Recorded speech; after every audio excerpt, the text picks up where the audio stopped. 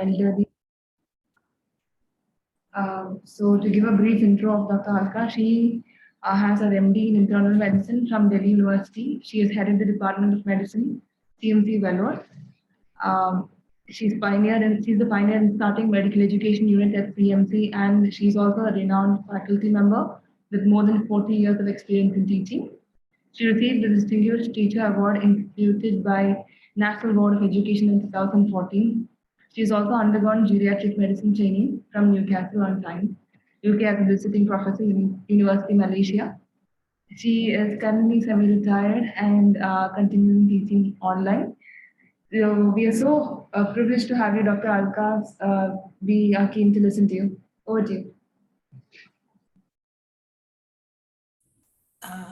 Okay, thank you. And what should I do now? I should get a good afternoon to everyone, to all the participants who are so keen. It's a great pleasure for me to be part of Pallium India's course, and especially to be speaking to a group of participants who are here because they're interested in the elderly.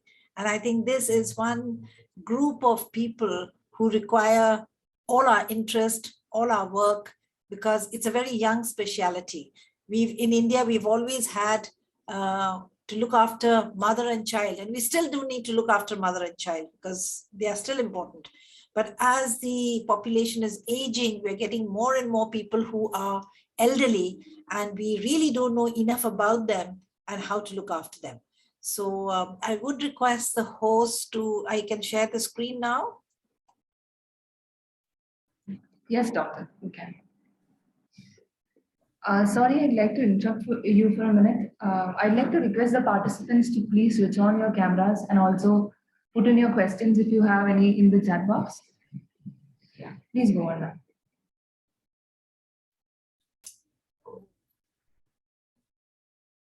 Sorry.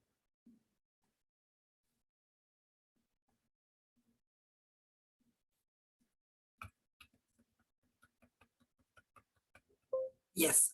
So can you see my screen? We could see it earlier, not right now. Not right now. Okay. What do I need to do? I'm just wondering. It was okay just a minute before. Yeah, I didn't press share screen. Yeah. Is it okay now? You can see. Good to go, ma'am. Please make it the slideshow if possible.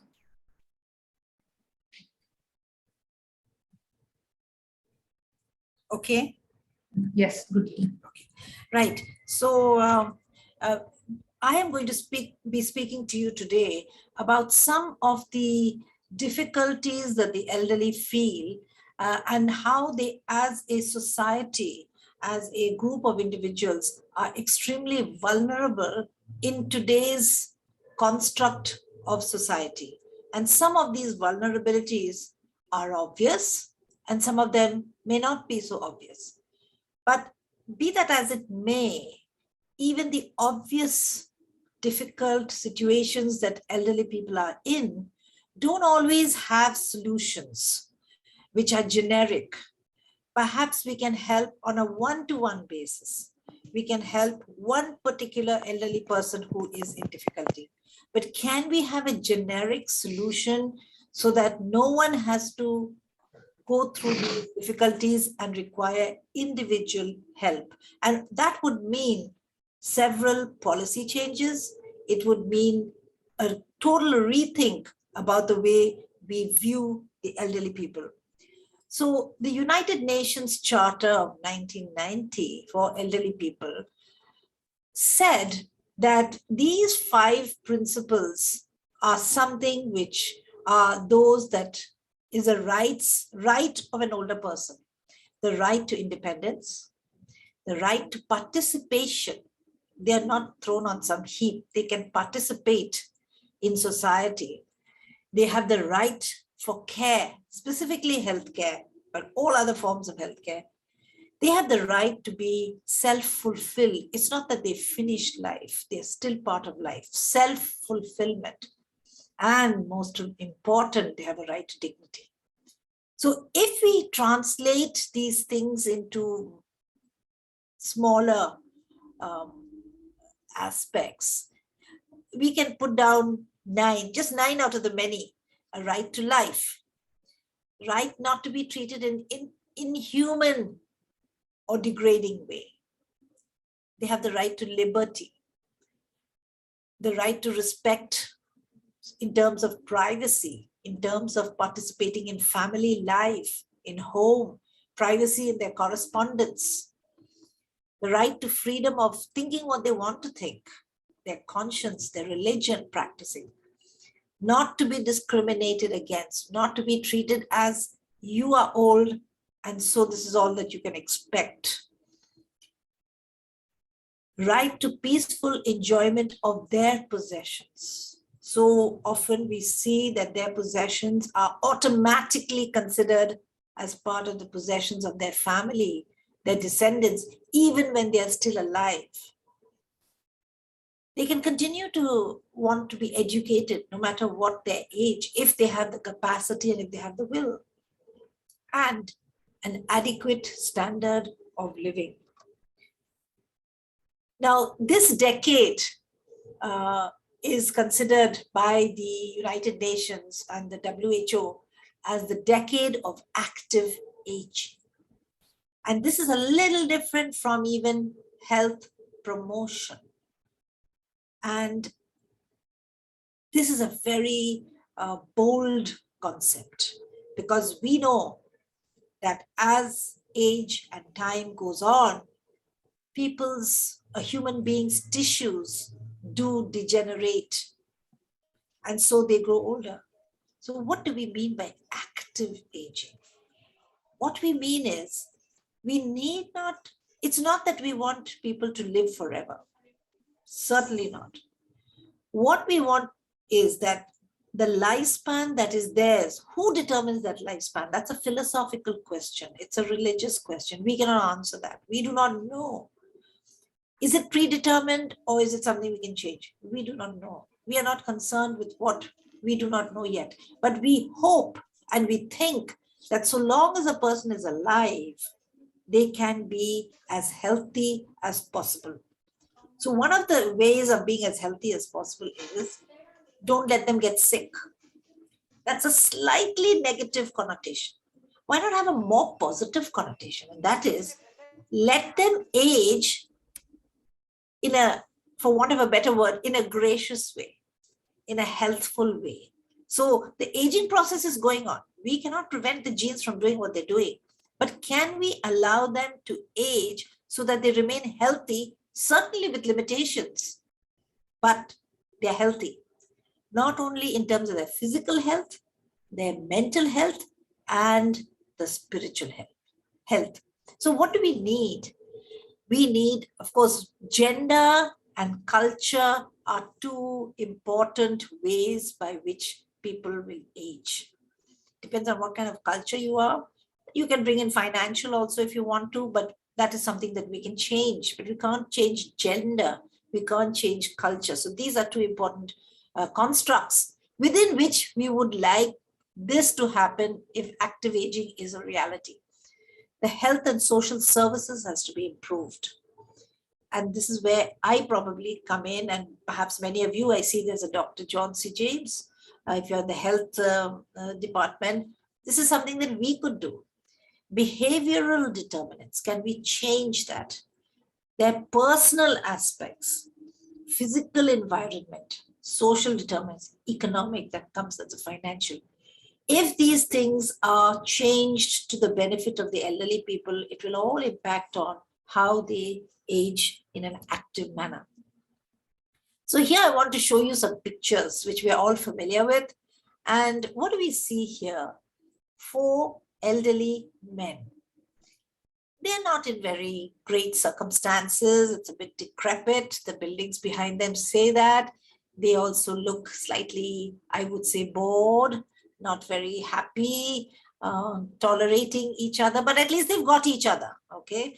And we can think all kinds of things about them, but they're not in distress.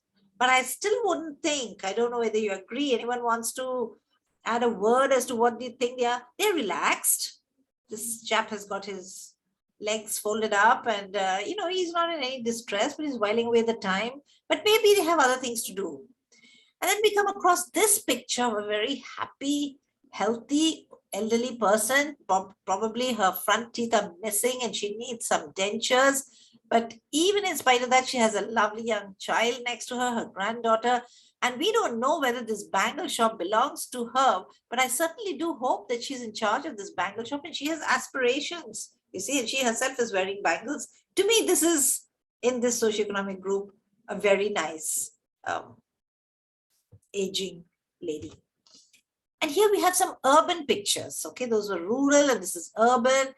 A lot of few people in a lovely park and they're enjoying conversation. I think it's very nice. Many of them are quite disabled physically, but they seem to be happy with each other. And here similarly in an urban, maybe a little bit more upper class kind of a place where they're having maybe a scientific session, I don't know, or how to take care of younger people, whatever. But they seem to be quite okay. But I don't want to show you the opposite side of the spectrum because we see so much of that. We see so much of the degradation and indignity that older people have to deal with. So that's all in our consciousness. At least it is in mine as I see sick elderly, and you probably see a lot of people who are not ill, healthy physically, but still not in a good circumstances. So with these pictures, let us look at what we need to do. In order to improve the lives of elderly people, we have to change our perception of older people. We think of them, this is the general, even though it may not be politically correct to say it, but this is how it is. They are seen as less valuable to society. Oh, they finish their job, what can they contribute apart from that? And, they are dependent on younger generation because we do know that many elderly people, especially women, work in the informal sector or they are homemakers. Where's the question of pension when they didn't even get paid for all the work that they did? So they don't have an independent income, so they have to be dependent on a younger generation. So with all that, they are a burden on the economy. They only take, they don't give. Then, of course, they're physically weak, frail. Their judgment and decision-making, they are not capable of doing that. So we need others to protect them. So this is a kind of a concept and a perception we have of older people, at least in India. I think it's rapidly changing in Western countries, but again, it may not apply to all sections of elderly people. So what do we think? What should we think of older persons as? They are the holders of rights. They have rights. They have to be active agents in society. Active agents. You say, what can they do? Active agents. Yes. We have to change our concept of, it may not be physically active. You see, they could be policymakers. They could use their wisdom. If their brains are not quite okay to be policymakers, they can do something else. Those who can, their skills, knowledge, and experience. Why do we say that once they're 60, 65, we don't need all that, their skills and wisdom? When an older grandfather starts telling a story about something that happened long ago, they say, oh, Tata, that was long ago. It's not in today's age when we have, did you have mobile phones? You never had mobile. What do you know? And the Tata says, but you know something? We had lightning calls. We had these wonderful things. And, but nobody wants to listen. My own father-in-law, he was awarded the Military Cross when he was working in the British Army. And, a military cross on the field. He was so courageous that it was given on the field in Burma. And his grandchildren would be sitting around him and Tata would start talking about, how he got the military cross and how he was in Java, and they listened with open eyes. But when they became a little older, the moment the word Java came, they all ran away. Tata, I have to go and do my homework. I have to go do this. And finally, there would be nobody to listen to him. So you see, older people are left with their memories, their wonderful skills, they are not important. And what prevents older people from not from being and feeling well? There are so many different factors. This feeling of worthlessness, it is something which they feel because they get the unspoken messages from their family. Oh, you just rest, we will do everything for you, we will get this for you, meaning to say, you really can't do it, and so we will do it for you. In a form of being helpful, they are made to feel as though they can't really do anything. And if they have lost their partner, their spouse, their friends, people of their generation, there is a great sense of loneliness. It could be their own children who are not able to communicate with them in a very physical and near way, maybe overseas. Even though technology helps nowadays, but the day-to-day life is lonely. They may not always have money. They could be very poor. Even the standard of living that they enjoyed when they were working, they fall below that. They may be sick.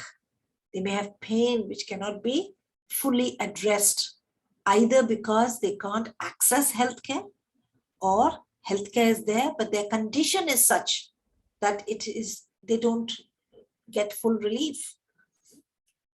They are worried. They fear. What do they fear? They fear being abandoned. They fear even more loneliness and pain. And finally, there is this fear that every aging person has is, what next? What happens when you die? Because nobody is there to tell us. Nobody ever came back from the other side to tell us what it is like.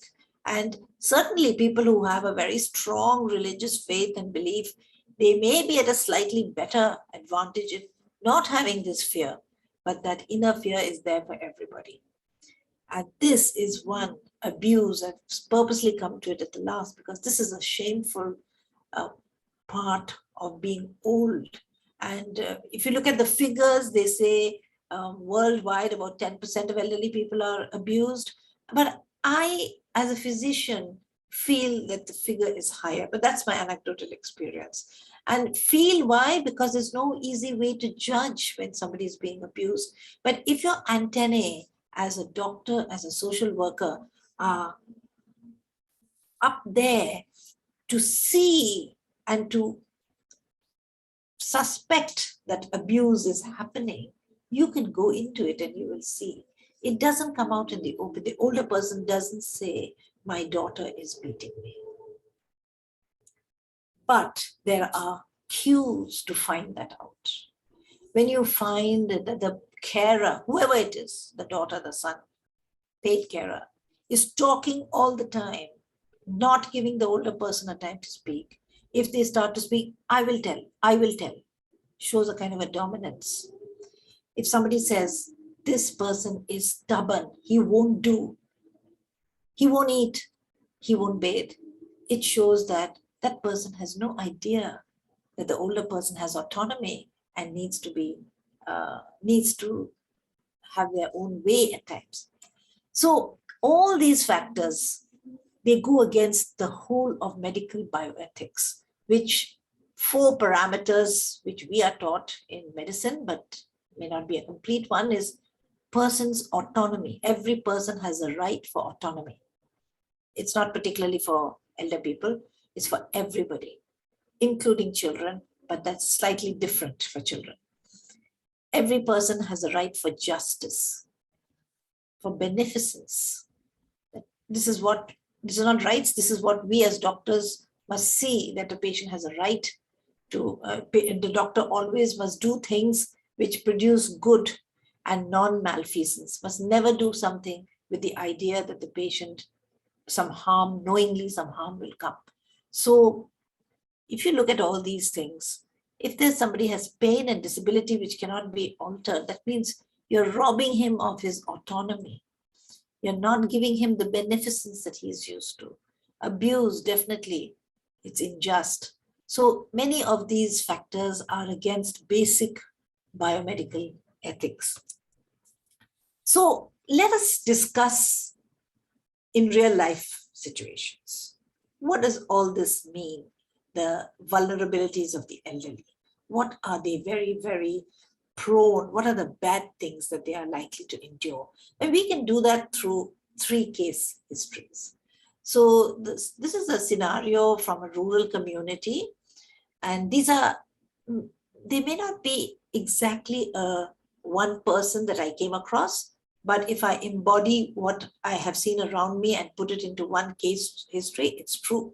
So once I was doing a survey of the medical illnesses in rural and urban communities, I came across an elderly lady who was not at home when we went to visit her. But when we went back at 5 o'clock, she was coming home from the fields with her cow and some hay on her head. And so we asked her what it is. And she was a 60 plus elderly lady. I'm sure she may have been 70. She didn't know her age. We couldn't guess her age. Frail. And she revealed that she does her daily manual work of grazing her only asset, a cow. If she doesn't do that, she doesn't eat tomorrow. And that is because the children have migrated to the city for jobs and left this elderly lady who's a widow, because, women always live longer. Not that they have a good life, they have a very painful life as a widow, but she was a widow, all alone, left there. You can't say abandoned, because there was nothing. The children didn't have any money. They had to go to the urban areas for jobs, but they left her. And she weeps as she narrates her life. Poverty, loneliness, pain from arthritic knees, and a feeling of being abandoned.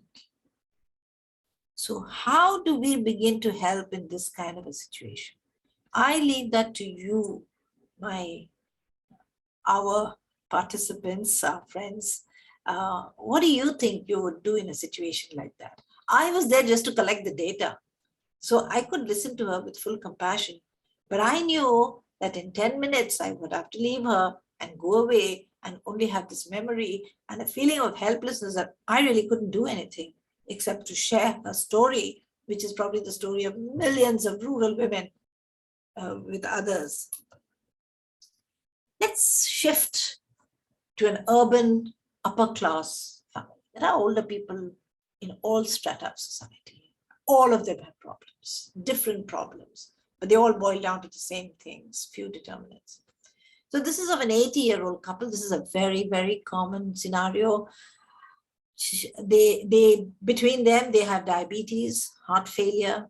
One of them has dementia, and they live in a retirement home. Coimbatore, I'm in Coimbatore. Coimbatore is full of retirement homes for upper class people, whose children live in America. Okay, of course, there are many whose children live in India, but they live in different cities, and they put their parents here, not out of any ill will, but because that is a feasible way to do it. And there's nothing wrong with being in a retirement home, and that is the situation. And they narrate their stories. And one narrative is like this: I slipped and fell. My wife is too weak to lift me up. Our children can see us every minute through a webcam in the living room from America. They send us enough money. So, okay, so they slipped and fell. What is there? What is wrong? They've got money. They're in nice surroundings. But the story that they tell is of dependency, disability which is not being addressed, loss of autonomy. They cannot decide what to do for themselves. They feel abandoned, even though they have caring relatives, but they are virtual. And this webcam is a very nice thing, but there's loss of privacy, isn't it? So, it's difficult, even in these very nice surroundings, to point fingers, but these people are not in the pink of health, pink of living a normal and fulfilled life. So what is the solution? We could tackle the solution in various ways. One is definitely we have to improve the health services access. And if you know, There are very few services either based out of hospitals or community-based services. They are coming up now, but they're not to their full capacity, like how we have in some other well-developed societies, where an older person need not come to the healthcare facility. Healthcare facility has to go to them, and it should be at a cost that's affordable. Which doctor wants to do house visiting? Those days are gone. No doctor wants to go because it takes time. If it takes 1 hour to see one patient, in that 1 hour, the doctor is going to see 5, 6 patients. He's going to earn a lot more money. So if he's going to come and see a patient in the house, he's going to charge an arm and a leg, and that older person may not have the money. But in some way, even though we have to improve healthcare services. And now what you see is both in the private sector and in the not-for-profit, much more for the private sector. There are many agencies which are mushrooming up, which are offering home services, just a phone call away. But when you look at the cost, it's phenomenal. So in my hospital, though after retirement, I was working in a not-for-profit, I was working in a corporate hospital. It's actually a trust hospital, but it behaves like a corporate hospital. And they said the least you can charge is 600 rupees for one visit. And you have to charge you have to recover the petrol charges. So per visit, it costs 1,000 rupees within the limits of Coimbatore city for me to go and see with my physiotherapist and my team to go and see this older person, 1,000 rupees. So there's lots of rich people here, so it was all right for them. But what about the average person? So this is the cost factor. So we used to go and we used to see so many things can be done. So we kind of honed it to such an extent that in a short space of time, what is the maximum that can we do for this older person? But it requires organization, it requires a commitment, it requires a very acute sense of clinical decision making. And I'm sorry to say that those kind of things are fast degrading now because everybody wants only the MRI, the lab tests and everything, what have you, to be able to diagnose and write any prescription. Whereas some of us who grew up in the olden days where we still listened to the heart and, palpated the abdomen, we can make some diagnosis which would at least help us to give initial treatments and then wait for the final test. So we need improvement in health services, access to it. There have to be home care services, which are not completely medical, but more for caring for the activities of daily living, giving the older person a bath, because the family they're living with may not be able to do so much of intensive care. You really need a lot of care to take a person to the toilet, bathe them, dress them. So, but if there are agencies which will come and do that on a regular basis, these are all coming up, but they need to be much more available and accessible.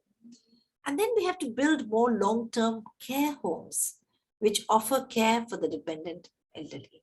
We don't have them. The long-term care homes that we have are meant mainly for people who are healthy, mobile, and can take care of themselves.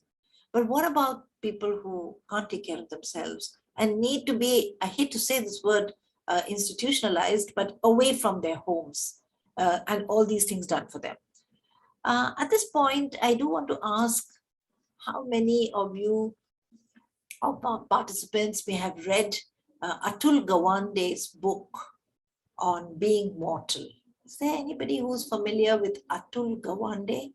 He's an ethnically Indian author who migrated. I mean, his parents migrated to the US maybe maybe he was born in the US, but he's Indian and he trained to be a surgeon, and he has looked beyond the pure medicine and looked at the underpinnings of healthcare.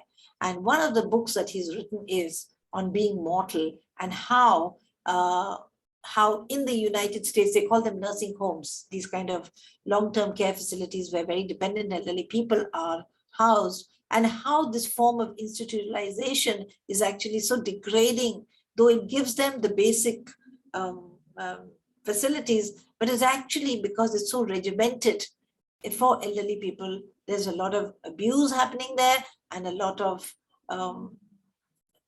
ill treatment. At the same time, elder people are not really happy in those settings. And his book is called Being Mortal.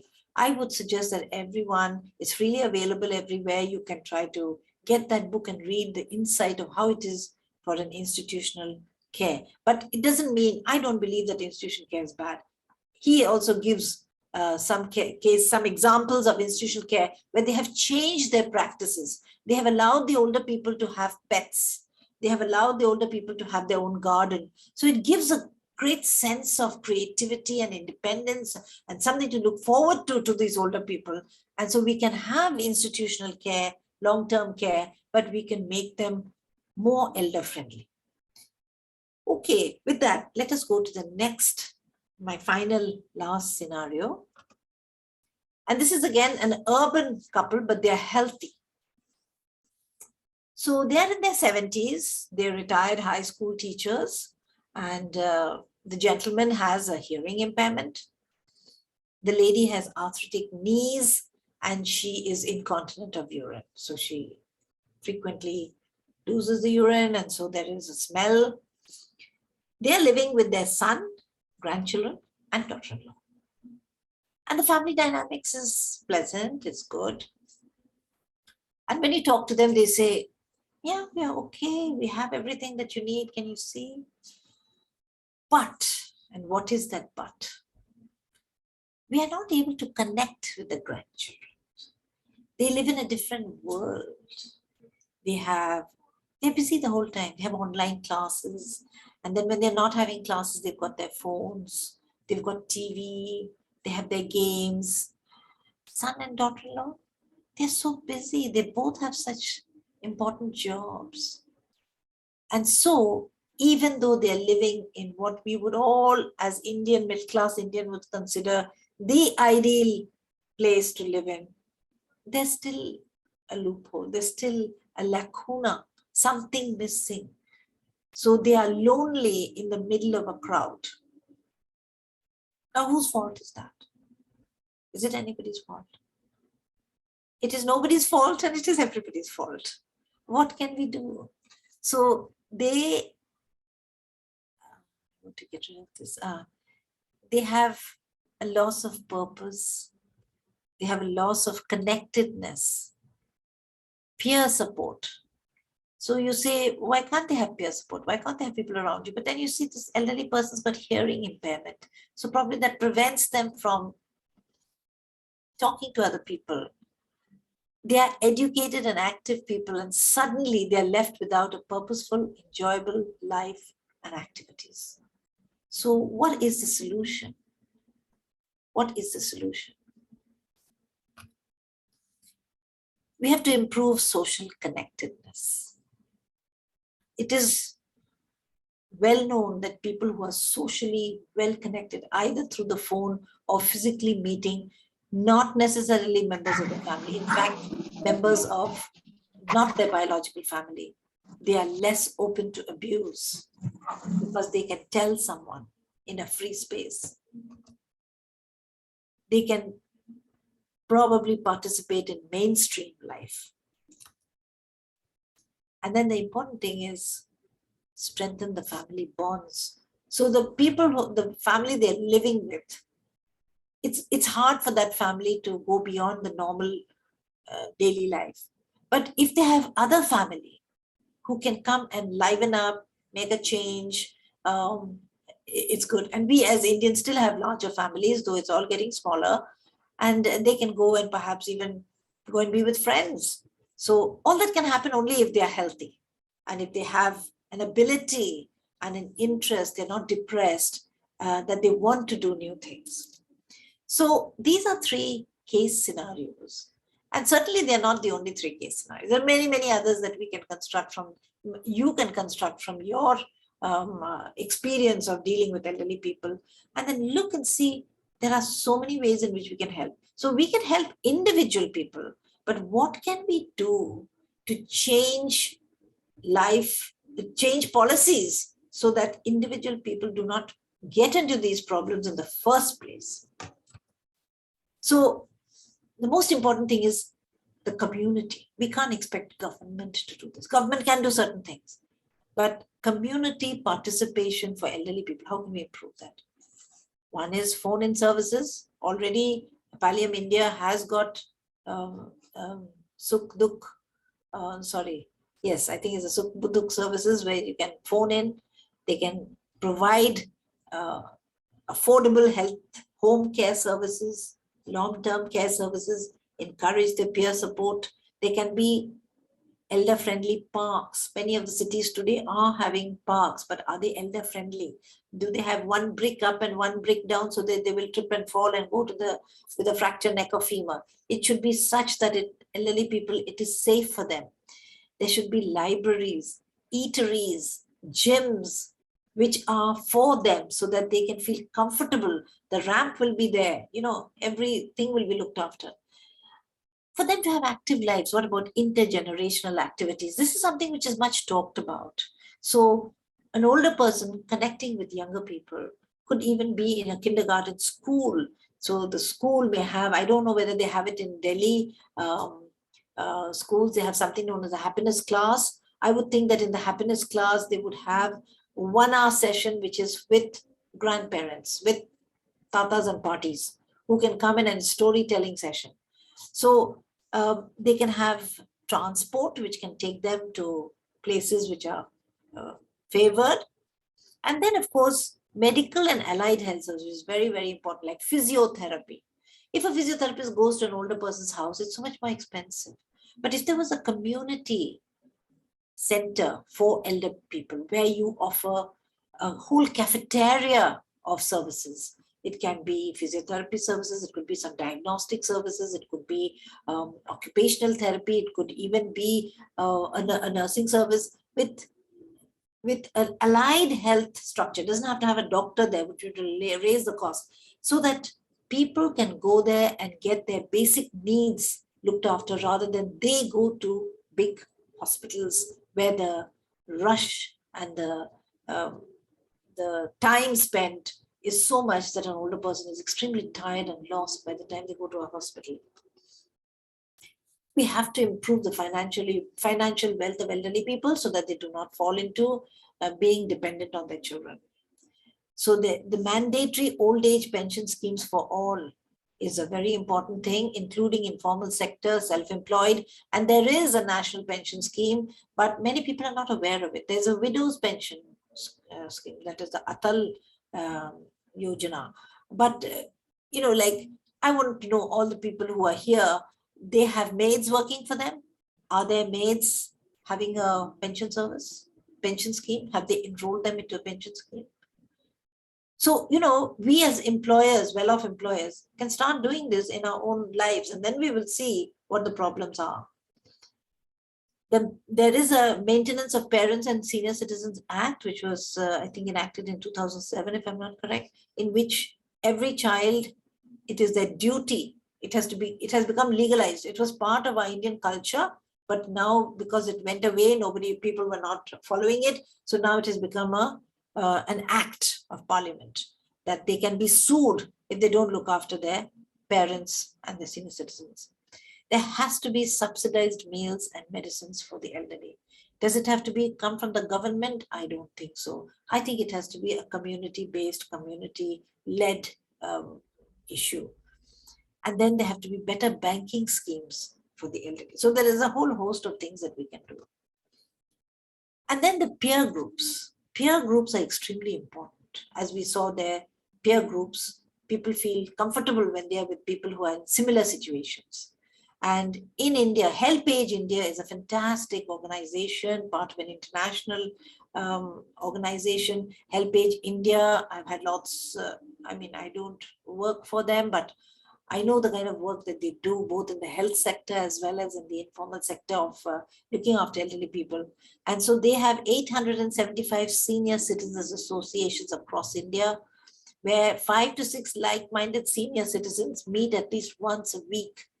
And they choose an activity which they think is interesting for them, and they can pursue the activity. Some may be learning how to use a computer. Somebody may say, hey, I don't know how to do net banking. And somebody says, oh, don't you dare do net banking, your eyesight is not good, you will write the wrong OTP, all those things. But no, elderly people can do these things but of course they have to have good mental abilities. And with this, the group provide each other with peer group companionship and thereby emotional support one to another. And I think with that, I really come to the end of my talk. So what have we discussed so far? In conclusion, we have identified some of the problems of elderly people. And we have identified that we need to do research to find solutions for these problems. And the solutions should be generic. They should be applicable over the different sections of society. And the way to find those solutions is in the community. That may hold the answer. It may make it more robust. And we have to move government. Government is aware there's a Ministry of Social Justice and Empowerment, and they are supposed to do this, and they do a lot, but whether they can do more. They give funds, and the funds are mainly meant as awareness, raising awareness to what exactly do they do. I have to admit that I am not very much aware of it. I've given some talks for them, but I think much more can be done in terms of capital investments, not investments, capital needs like, parks and libraries and public spaces, making public spaces more amenable to the elderly. So we have, and then of course for the financial, government does do a lot in the sense that transportation fees, transportation concessions in train, and now in Air India, I believe is giving lots more for senior citizens to travel. So this is one of their rights, that they should be able to travel if they wish to travel. So transport, making it safe, making the roads safe. Our buses are not safe for elderly people. And if you have to take a person to hospital, we don't have those special kind of ambulances where a wheelchair will go in and take them. So many of these things can be recognized and dealt with. So with this, friends, I would request you to share your experiences of the elderly and what you have done. And then we can also learn from that. So now I have to stop sharing. Thank you, Dr. Alka. I'd like to request all the participants, those who have any inputs, to please unmute your mics and speak up.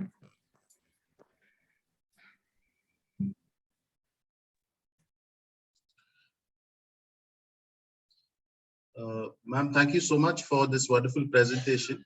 I really think we are a consumeristic society, and the greatest evidence of that is how we neglect the elderly. Ma'am, if you don't mind, can you, I think you've kind of finished quite early than the usual speakers. So if you can just quickly show us each slide once again, because I think there was so much there.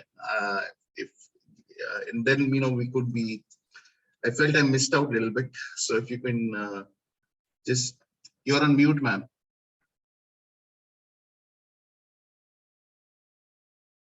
I can certainly go through those. And I would like to ask the organizers, how can individual people, as Mr. Tivade, see this in their own leisure? I can certainly go. Okay. Yeah, once you share it with the team, we'll share it with the participants, all the participants. Okay, that's so fine. do you want me to still go through, or do we want to? We do have, I think we have 45 minutes more. So towards the end, maybe, or even now, I can still. Okay, without explaining, just Okay, I will do that. Yeah. I will share the screen now.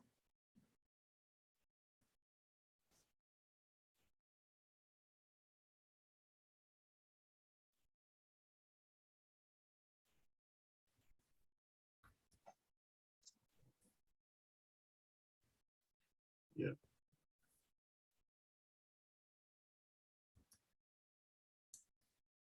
So these are what we need to do. Yeah.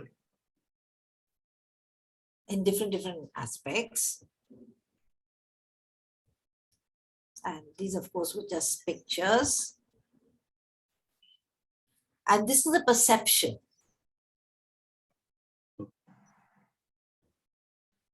This is what we normally think of older people.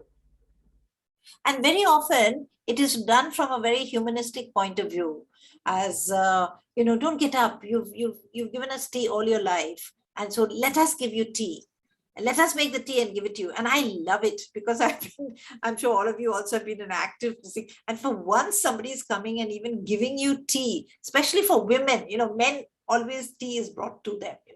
I wish in our Indian society, tea was never brought for a man, or for a woman. I'm just showing my feministic traits, which may not be very nice for the men here. But when I go to my daughter's house, I say, just make the pot of tea once, and then we'll all come and help ourselves. And it makes me feel energetic, you see. So I'm just saying about tea, but I mean in general. I'm not saying be rude to your older person and don't call them for breakfast and all that, but give them something to do in the house, so that they feel worthy. And this part, as in the future, more and more of our older people are going to be educated. They are going to have skills. There'll be less and less people, women and men, who will be just in a very closed environment. They'll have skills. How can we harness those skills, and pass on one way those intergenerational skills? I would like to ask anybody, maybe Mr. Abhijit, would you like to say, out of all these, or probably focus on abuse, what do you think?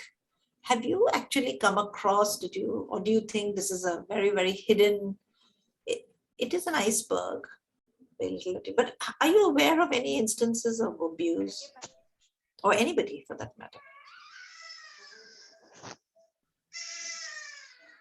Yeah, I think, it's quite, it's true, it happens. There was a news clipping that showed lots of abuse happening. And I think it's quite prevalent in the society. It's hidden. And I think a lot of that also has to do with this whole pressure of, less time, and people cannot slow down, and they want them to respond fast. So there's verbal abuse, physical abuse, the Yes, generation. you said gap. that right. It's often the verbal abuse.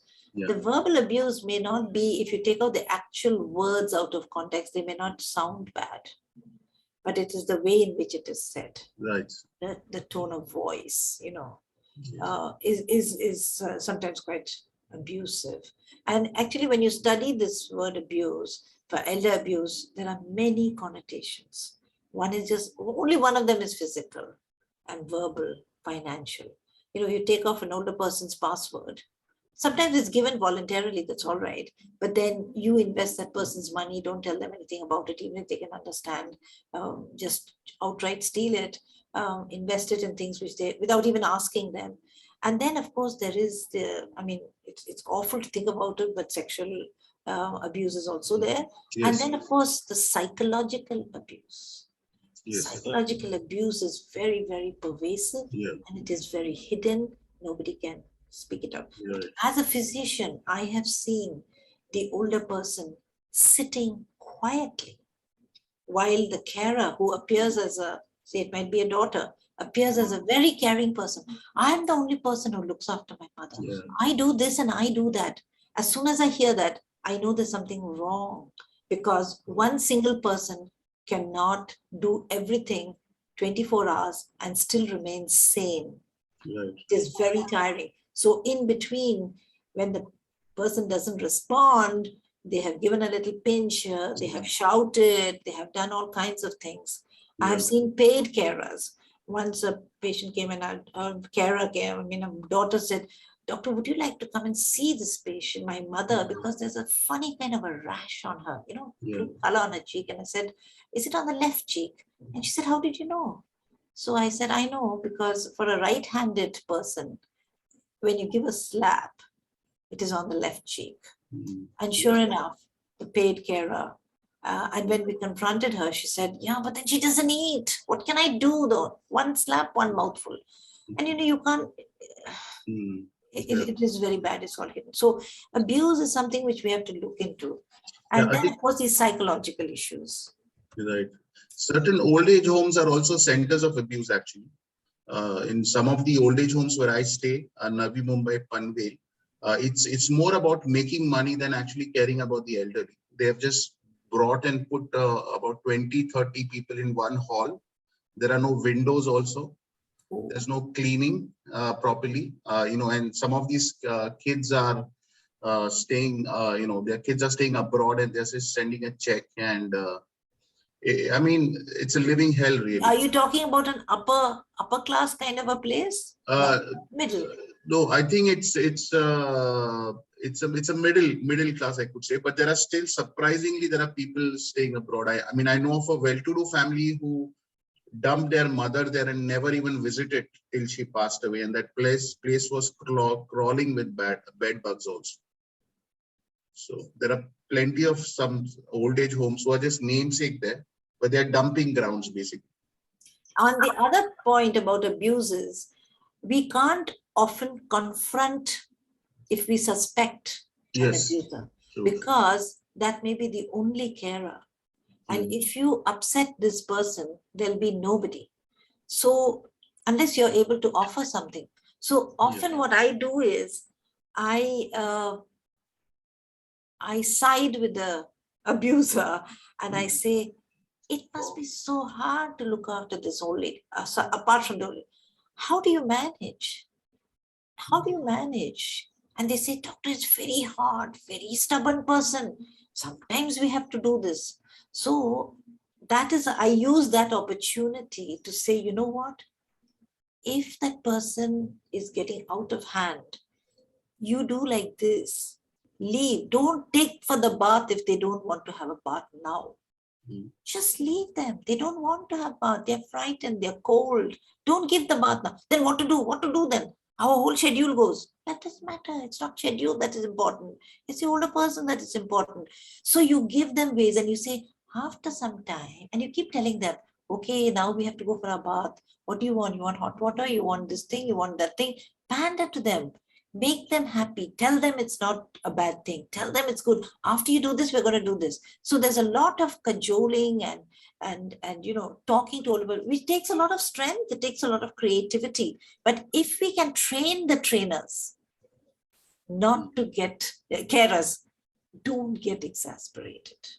Don't get worked up. There is nothing that you have to do like So we have to actually support these carers. We can't just be judgmental against them. Yeah. But what you are talking about, Abhijit, is a different. That is pure neglect, and those people need to be, called up and hauled up and made to. So for that, we have to have government inspection agencies which ensure standards. Having said that, many of these government inspection agencies actually make life miserable for those who are doing it well. They put in so many things and then you have to pay them some money to give you the signature. So I don't know, it has to be self-regulated. If you make the government step in, I'm sorry to say this, they often make things worse. Anyone else would like to share something? Purnima? Yeah, I would like to add a few things based on what Abhijit has mentioned. Yes, it is unfortunate that this kind of thing happens. And Dr. Alka, as you mentioned, it is important to train the trainers, but at the same time, my personal suggestion is that the whole organization's top-down approach, in the sense, what is the value system that the organization, or let's say even that small palliative care center, old age center, whatever it is, whoever runs it, their attitude and willingness and service-oriented nature will automatically trickle down to who are working.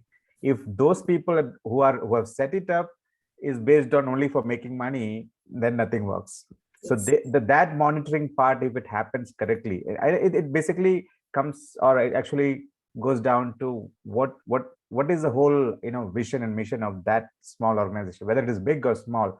Why did they set it up? Is it only making money, or do they really care for the people, for the old age people? So if that is taken care first, training and all those things, monitoring and all sensitization, yes. And that can only be done by a group of very committed people. So if Yes. Pallium India wants to, or some other organization, form a group of people who will take their time out to go to these places, or invite them, as you said, the senior administrator for training sessions. That's a wonderful idea. And hopefully it will then trickle down into everything, so that the mission of that small organization is such. Yes. Very good idea.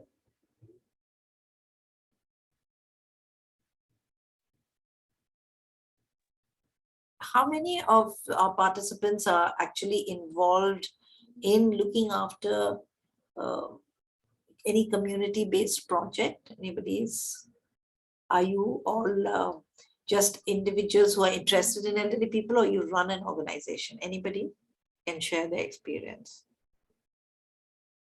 Like Mr. George, what do you do as a living? I work as an IT professional, but my interest in doing this course is primarily based on my mother's condition that she's currently in.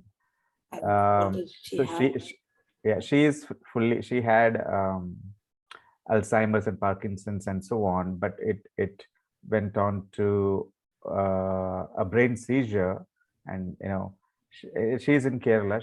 She was admitted. It was like 2 years back. So 2020 July when she was admitted, it was like a small things that it went to, but in the hospital within a month's time, she became completely, paralyzed, and, there's like completely bedridden with no, signs of anything. Like she can't eat by herself. She can't talk. She can't, do anything, no motor skills and so on. So, and then we had initially tried, having home nurses multiple times, and then based on the quality of them, we had to replace, few of them, but nothing worked properly. So we are still in that kind of a situation where we are looking for a reliable. Mr. George, you raise a very, very important issue. The issue is of a person going into a hospital and then becoming worse. Hospitalization, now it has been found out, though required in many instances, actually makes an older person less functional than when they went in. Somehow that enforced restriction to a bed, and then all these people coming and doing things to the older person, the alien environment, all this actually downgrades the functional capacity of an older person. So taking the cue from that, now in elder healthcare, there is a concept that of hospital at home. If as far as possible, can you treat this older person at home? So people have identified certain illnesses which do not require to be in the hospital. They may require injections, but can you have a community-based organization which has got nurses, physiotherapists, etc., or a hospital-based one which is able to come? But I favor a community-based one. So once the person is registered and they say this person needs an antibiotic every 3 hours, let them stay in their own home, and then for a fee, a nurse will come every 3 hours, and not usually, it's not every 3 hours, it's 3 times a day. And if the people themselves can be taught how to give the injection, they can be taught. The idea is not to shift the person out, but shift the services in. And there's something about hospitalization which is absolutely terrible for older people. So get them into hospital only if they need an operation, or if they need some kind of a diagnostic procedure like a colonoscopy or something, which cannot be done in the house. Otherwise, once the diagnosis is made, then the treatment should be able to be carried out at home. It has many benefits. One of them is for the older person. The other is it frees up the hospital beds, because once an older person gets into the hospital, they occupy that bed for much longer and is no more available to other people. The other thing that happens when you're hospitalized is the hospital has certain ways of acting. If your oxygen saturation goes down, you must have this kind of a mask. And if it goes down below that, you must be in the ICU, and you must have a tube down your trachea, and you must be on ventilation. Without regard to what does this person want and what does the family want. That conversation in India happens afterwards. And then it's very painful to take out a so-called life-saving thing, and then the person dies immediately. That looks like a big guilt thing. So in India, still today, we do not have the do not resuscitation legal signature that Western people have, or advance wills in Western countries. An older person can say, I will not have this, I will not have that. At the same time, they have the ability to reverse it whenever they want.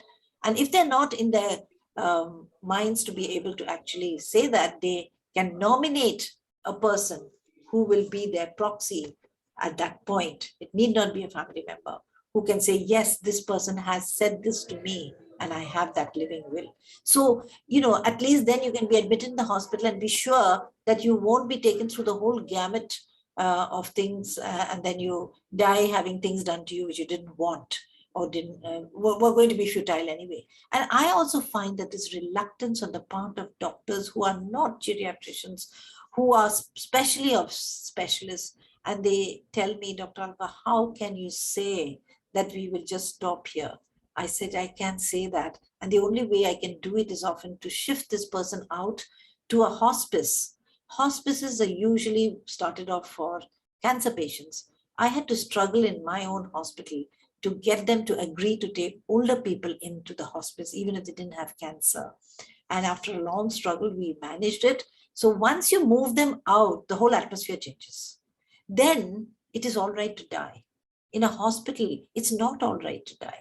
If you die, if your patient dies, it's considered a failure.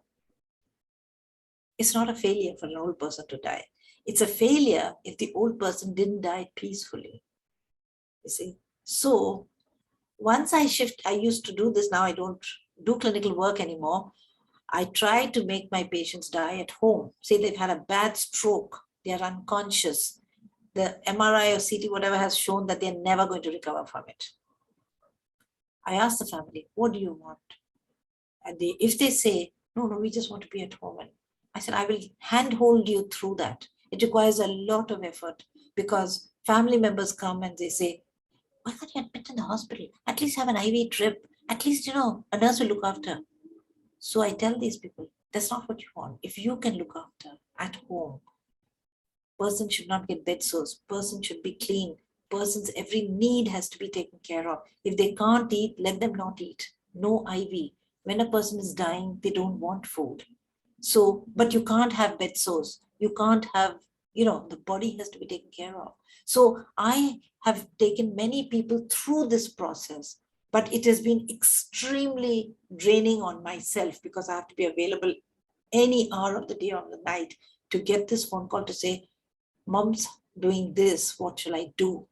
And you take them through this process. And after that, they are very grateful. So if we can have a group of people, it doesn't have to be one person, a community center, which does come in or send in people and, the last days of the dying, terminal care is given. So then dying with dignity becomes a reality. And Pallium India is one which would give, if there was pain and other symptoms, to support that. So yes, there is a lot we can do, but some of it can be new solutions and some of it can be solutions which are out there, but we are not able to exercise that because there's no app for it. It's only hard human help that is required, or a change of mindset. But you're right. Hospital at home now in the Western countries is a big thing. They have a problem because they don't know how the insurance agencies don't know how to charge for it. That's their problem. But they have enough people who will be willing to do it. Our problem is that we don't have that concept yet. Or some of us do. So there are many people who have even produced ICUs in their houses, So I'm not for that. They have ventilators and all going there. So you can have a home oxygen concentrator, that's fine.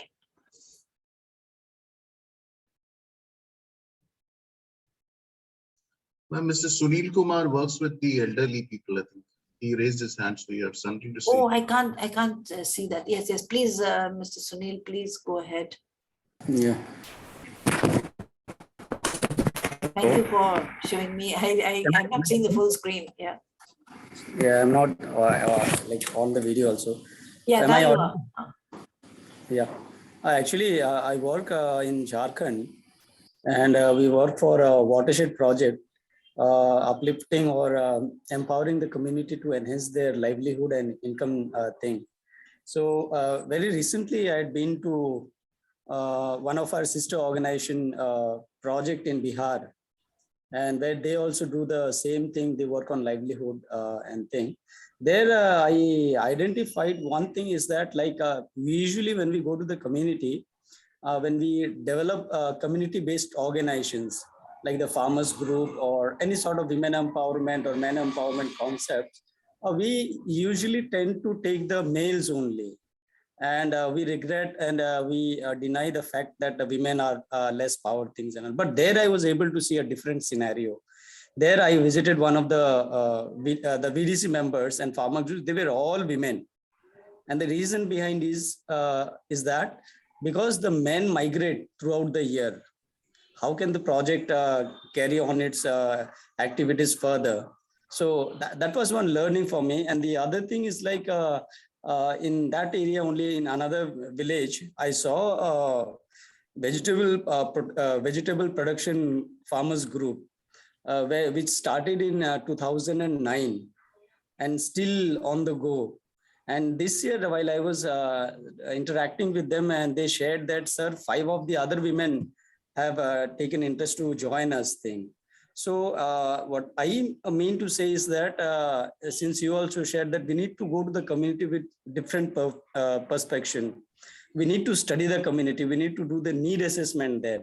And then only things. So when we go to the community with our concept, with our aims and objectives and outcomes, indicators and all, that becomes a failure. That's what I want to share. So actually, we are currently working on watershed to enhance the livelihood and income generation to generate the income of the community.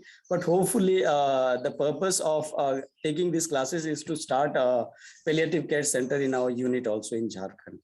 That's it. Thank you. That is very important, what you said.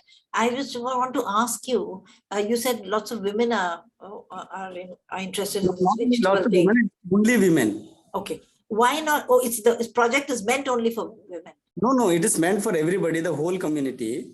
But since all the men are not there. Yeah, they are not there. So we need to go to the community, understand the community situation, and then take things forward. That's what I mean to say. And what I want to ask you is, do you have older people in that? Yeah. Yes. Because one thing I saw in, I just went for a trip overseas, and I was in Vancouver, Canada. Lots of elderly people who are destitute, mainly the Chinese community. And they're just hanging around, sick, talking to each other. But the local community decided they got a piece of land, and they identified some elderly people who were mobile, and they offered it to them on lease, or they just gave it to them for the moment and said, you can use this as a vegetable patch. We will help you with whatever you need, but you have to come and water it and deweed it, etc. And those vegetable patches were flowering and doing very well.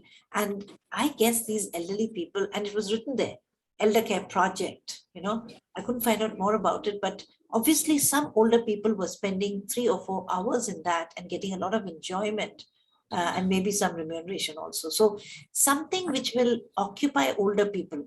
There's another concept that I got was of, it doesn't have to be just work, it can be pleasure. While doing this research project in the village, I came across one gentleman and I said, okay, so you're 65, so you're part of our data group, and what did you do when you were young and when you were still working? And he said, I'm an entertainer. I never expected to get that kind of an answer. So I said, what do you do? And this is in South India, of course, so he was an actor, and he could also sing, the street plays. And I just thought to myself, we don't think of actors as being in a village, but they're part of the community. So I said, oh, can you still act? He says, what's wrong with me? I can still act. So then we asked the local school, can't you come and do something for the children? So they hadn't thought about it. So I don't know whether it actually happened, but the thought comes to mind that this older people with so many skills, if we can find that out, can we use them? And they would really love to do that, not somebody who's a very accomplished person, even somebody who's quite ordinary, can do it. There's Usha, Dr. Usha Narayanan. You have your hand up. Would you like to unmute and say? Oh, sorry, that's my cursor. Yes, anybody else would like to offer their experience like Mr. Sunil did? I'm so excited to know that you are working in my home state. Actually, my home state is Bihar, but they are in Jharkhand, and that's where I did my schooling. So, yes.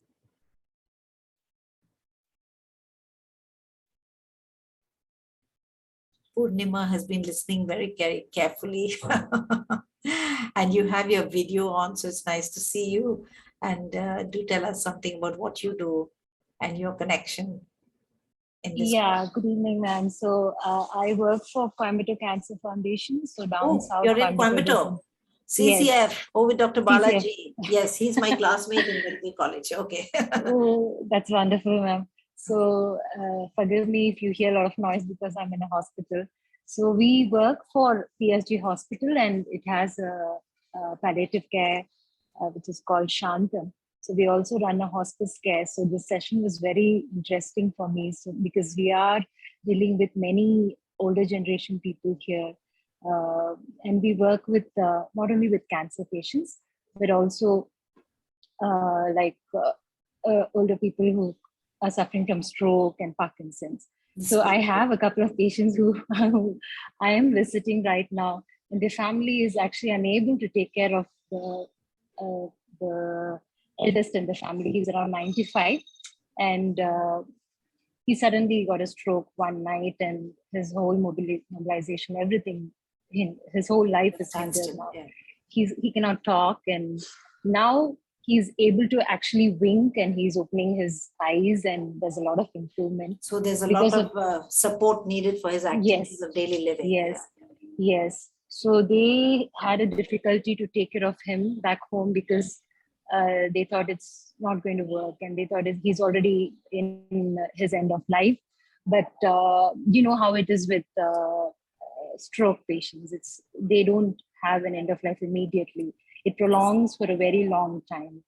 So we talk to him every day. We have a team of physiotherapists and nurses and counselors. So whatever we had in the session made a lot of sense for me because I could relate it with most of the patients that I deal with. Yes, yes. Yeah. So. And talking about stroke patient, I was following a geriatrician in the UK when I was learning about geriatrics, and he would talk to even an unconscious patient, and we would all kind of roll our eyes and say, oh, there goes Dr. Ford, how can this man even understand what he's saying? But every day for 5 minutes, he would hold the person, put his fingers in an older person's hand and say, Mr. So-and-so, squeeze my hand if you mean yes once. And if you want to say no, squeeze my hand twice. This was a non-paralyzed hand. So you're feeling well today, Mr. James? And then he would ask the next question. And one day I said, Dr. Ford, did he ever squeeze your hand at all to say yes or no? No, he didn't. So I said, but you're so patient, Dr. Ford. Why do you keep on doing this? He said, I do it also for myself. I know that all of you are rolling your eyes at me, but I just feel that just because he can't respond doesn't mean it's not going through his brain. And though the science doesn't tell me either way, I just believe that I can just spend 5 minutes of my day and waste 5 minutes of your time. And I learned a lot from that explanation. I learned a lot that we may not always get the outcome that we are expecting, but it might be there, might be there.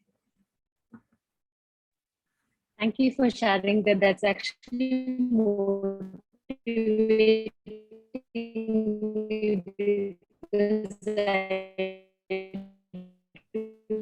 Purnima, we can't hear you properly.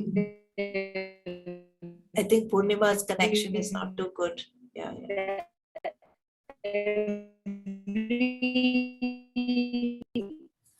5 minutes, I do that with him, with that patient, right? So, yeah. It seems like such a small amount of time, but it could have some meaning. Yeah, you have to have faith when you do these things. Anyone else? Sunanda, your smiling face is there, and so you must say something. Yeah. Yeah, so good evening, ma'am. It was super fantastic. I really enjoyed, and I have two things to share. First is when you're talking about, I think your father-in-law who was in the army. You said that if I have heard it correct. So I come from my family. Like my dad was a Indian Air Force officer. He has, been part of the 71 war. So I could relate many of your slides because now he's 75 plus, and if someday by mistake I tell him, you're not well, you sit down, we'll do it for you, he just gets irritated. Like he doesn't accept that, he's already old, or, he still thinks that I'm young enough to do my own stuffs. So that way, like sometimes we are like, as kids, we're in a dilemma, like how to deal with him. So we just cool down. Okay, let him be You're doing happy. it out of your concern. Yes, But yes. that concern is not. For example, my children, they say, Amma, why are you driving? You're 75. Why are you driving? Don't you have money to have a driver? I will get a driver. I can't bear the thought. I just tell them, stop now. I cannot wait, have a person waiting, doing nothing. And I get nervous if I have servants around me, you see. I mean, what am I going to ask him to do? So then take an Uber. This is pre-pandemic. Take an Uber. I said, what? Spend 5 minutes trying to do that Uber business. And then I wait there. When I want to go, I want to go. I want to get into my car and buzz off whenever I want to. Have I ever had an accident? No. So they say, yeah, but you might have an accident tomorrow. I said, well, you could have an accident tomorrow, God forbid. So when Agree. the older person is capable. So sometimes like we keep quiet. Okay, fine. We don't want to hurt his feelings, Yes. that way. No. Yeah. You must never limit. But when there is an obvious problem, then you have to call it quits. Like I know that my driving license will soon be taken away because next year I have to go for my thing. And if the state says that after 75 you can't drive, well, I just have to accept it. I'm not going to break the law. But if they give me for 6 months at a time, I'm willing to go there and get my license removed. So like that, there are many other things which older people want to do, and can do. And some people can do a lot and some people can't do. So that's the beauty, that's the difficulty of older people. They are what we call a heterogeneous group. One at the person same at time, 60, yes. At the same time, like I always feel like, if at all I'm living up to that age, I don't think I'll be able to live that much. But then I'll be very scared, and I want people to, take care of me. But that way, my dad is like, he's absolutely independent man. You brought up, Sunanda, you brought up a very important issue. You are worried about when you are old, will you be able to do? Everybody who's young, when I say young, I mean everybody below 60 here, which I think most of you are, must prepare yourself for old age in a very positive way. There's no point in having health promotion when you're 60. The health promotion, which starts from your bone health to your physical health to your mental health to every kind of health, has to start when you're a child. So that's a bit far off, let's say at least when you're 40. So if you have a disease, diabetes, hypertension, smoking, this thing, all that has to be looked after at 45. Because once your tissues get degraded, once your physical health gets degraded by all these badly taken care of diseases, then there's no hope for you when you're older. You go to a Western society, the first time I was shocked because I saw the pavements were just filled with older people on their sticks and their walkers. Where do you see an older person in India with a stick on the pavement? You see only poor people who have to go out. You don't see well-off people. Whereas in the West, I know that a 6-lane traffic will stop because an older people put their walker on the zebra crossing, and till that older person goes, the traffic short of people standing up and saluting. That's the power they have. They might be cursing, oh, you, when will this person cross the road? Whatever it is, the autonomy, look at the autonomy, the independence of that. So I want to see, I scold all my patients. I say, why have you come without your stick? We came to the hospital, my daughter-in-law is there to hold my hand. And therefore I thought, why have my stick? So in sometimes when I've been so cussed, I have said, can you just sit down here? Daughter-in-law, please go and get the stick. I want you with the stick, independent with the stick. There is a stigma to having an assistive device. There should be no stigma. You should be proudly showing, look at my stick, I can still walk. So, these are the kind of messages we have to give to people. And how do we do it? It doesn't happen overnight, but it happens slowly, slowly. And the whole society has to come along with you. And our culture is also such. Sometimes culture pulls you down. For example, an older person with bad knees will say, make me all right so that I can sit on the floor. I said, no way, you can never sit on the floor from now on. I want to help you so that you can be comfortable sitting on a chair and in a commode. How can you say that? They say, our older people sat cross-legged till they died. So I said, yes, but they died at the age of 35, you see. And they didn't live till 50. Now you're 55 and 65, and you cannot sit cross-legged on the floor anymore. So they take it as an affront that, because our culture says you should be able to sit on the floor. I said, God doesn't mind if you pray sitting on a chair. It doesn't mind, you can't. So these are some of the kind of things which, as people with some authority and some, when we have goodwill in our hearts to help people, very gently we can direct people that, yes, we don't rebuff their feelings, their beliefs, certainly not. I'm just saying it in this provocative way to you, but to the older person, we are very gentle and say that, yeah, it's always very nice to sit on the floor and make those jasmine flowers and all that. But the jasmine flower will come out as nice when you sit on the chair also. Why not try it, and then you see that it's just a change of mindset that's required. Independence is the key word. Ma'am, I think Abhijit and Mannat, they have raised their hands. Oh, yes, Would please. you like to go next? Let Mannat go. I've already spoken, so let Okay. Thank you. Good evening, ma'am. Sorry, excuse me from not keeping my video on. My network is very poor. Okay. One of the abuse, ma'am, that I have recently come across among an elderly that we are treating for delusion disorder is Are having you a psychologist or psychiatrist? Yes, ma'am. I'm a psychologist, ma'am.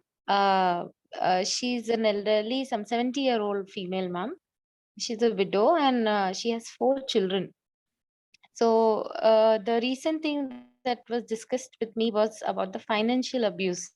So the daughter came and she told that she has pension, like she's given pension every month, and her son's only concern is that my mother should not spend that money anywhere else. She should ask us before spending that money.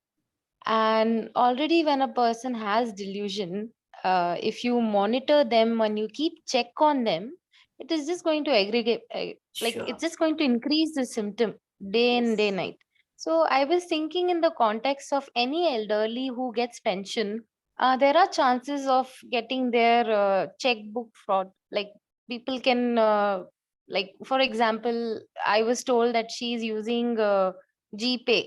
So they just transfer money without letting her know.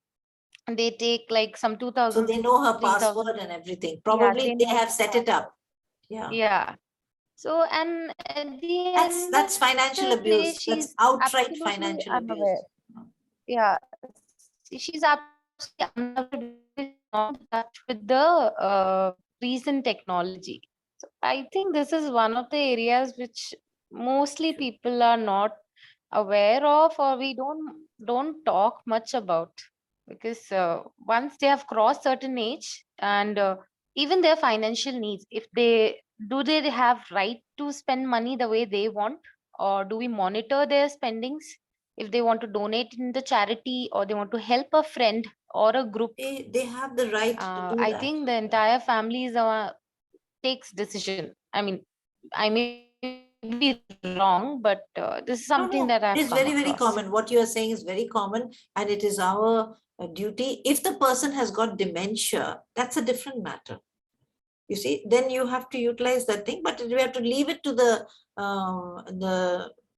people to make sure that the money is spent on that person and not for their, going for a dinner out and all those kind of things. But if they are in their right minds and they can do all this themselves, nothing should be done without it being shown directly to them. Say they may have problems with arthritis, they may not be able to tap the phone things. So otherwise, if they know, let them pay it themselves, and that will give them a sense of empowerment. Recently, I was using only my debit card, and I was very frightened of this phone pay and Google Pay and all that. So my daughter taught me that, and she said, "Mama, there's nothing in it." So once I got it and saw the money just left this thing without having taken out then I wanted to keep on making payments. But they said, "What's wrong with you?" I said, "No, it's so nice. Then why do you want to pay? Let me send you some money. I just want to know how it feels for that 10 rupees to go away." So you see, what it did was, I myself am an empowered person, and yet that little thing was so empowering. So what you say about all this payment thing and using money and all that is very, very prevalent, and you have to safeguard, and you have to tell these people. They may not understand it. They may think that this is how society is, and this is how we are looking after our older person. So it's a question of awareness and telling them, no, you shouldn't do it. Yeah. Yes, Mr. Abhijit. Yeah, ma'am. I can take easily 1 hour more asking you a question. I got so much to ask you about this topic because the subject is very close to my heart. But because we are short on time, ma'am, I would like to also request if you could put any of your contact, your email or whatever on the chat. It would help some of us to get in touch with you later on. Ma'am, in Japan, it's an aging population. And I was shocked to see that in one of the documentary, they showed that there were some grandmothers, like old age people, women who were acting as prostitutes on the streets to support themselves. And I think I foresee a similar situation for India, because in whatever homes I visit, I'm working in a Christian setup. I see the home is primarily running only because of the parents who are pensioners, or sometimes the parents are finding house or say in the matter only because there are pensioners. And now there are no more pensions available from the government. So we are looking at a tsunami kind of situation where there'll be a lot of elderly people unsupported in the days to come. So what can be done as a society? How is the government preparing for that? Old age, so many old people who will soon be without any support because the new generation does not have any pension. They are going to retire early. So, how are they going to look after their parents? There'll be people on the streets. I have that kind of fear. Tough question. But our government is not strong enough or rich enough to pay superannuation. And even in a rich country, the citizens get their superannuation because of what they have contributed, and then the government puts in an equal amount. I don't know whether you're aware, you must be knowing the National Pension Scheme, which was meant initially for organizations and for government employees. But now even an ordinary private citizen can pay into that. And I know they do that in America. You have to mandatorily pay money into the superannuation scheme. Your tax returns will have to show that you have sent this much money in. So something like that has to be done, that even a homemaker, a lady, has to have a pension, contributory pension paid in by her family members, certain percentage of their income or something.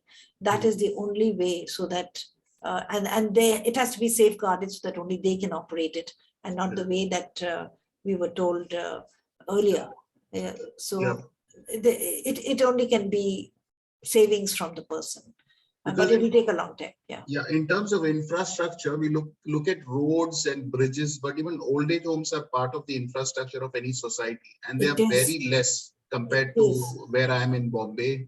There are no proper old age homes, available, and those who are there, they exist for the very rich and all that. So in that case, there's a huge, as time is going, there's a lot of abuse and a lot of, we are heading towards a disaster. Actually, the faith-based organizations, the Christians particularly, the Catholics, they have a lot of old age homes. And I was associated with one where, because I had to, some organization wanted to contribute 30,000 a month in terms of medicines. So they said, will you just monitor how these medicines are being used? So I would go there with the drugs. The nuns would tell me what they need. And then I would just see a few patients who required some, that was my way of just doing a little bit of social service. So over time, I found that the nurses weren't following any of my instructions, and they were doing whatever they wanted to do. They were giving a lot of sedatives, hypnotics to some people who were psychotic, and these people were just lying in their beds like zombies. And I really didn't know how to handle it, so I had to kind of negotiate with them and say, you have to get a psychiatrist, you have to get these people assessed. So sometimes, with all good intentions, even if the old age homes are there, even if they're run by faith-based organizations, some of the practices may not be quite so good. But you're absolutely right to say that we don't have enough of these well-run places, and that's such a crying need. So how would that be done? I don't know. I think Pallium India has to clone itself and call it whatever it is, become a Gerium India, along with, along with HelpAge India. They have a lot of homes also, but I think these organizations don't have that bandwidth. They don't have that capacity to do it. And we know the need, but we have to do it. And if you people feel, any of you feel, what can we do? What can you do? All of you get together and let's do something, something small like that. Yeah.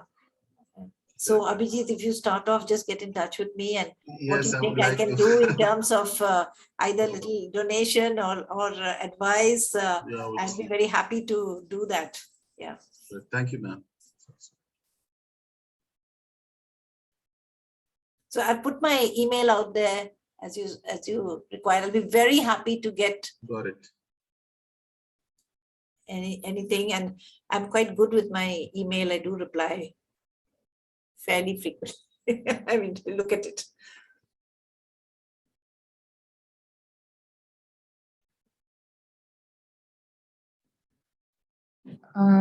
Dr. Alka, if nobody has any more comments, we can slowly wind up the session. Thank you. Thank you so much for inviting me. It was great listening to you. We had a really great time, and thank you so much. And thank you to all of you who actively participated today and helped us with the discussions and everything. Thank you so much, all of you. Thank you. Thank you, everyone. It was a great evening for me also to listen to your stories also and your questions. Thank you so much. Bye. Thank you. Thank you, ma'am. Please thank you. Bye-bye. Back form before you all leave. Over to you. Thank you all once again. Thank you, ma'am, for that wonderful session and your time.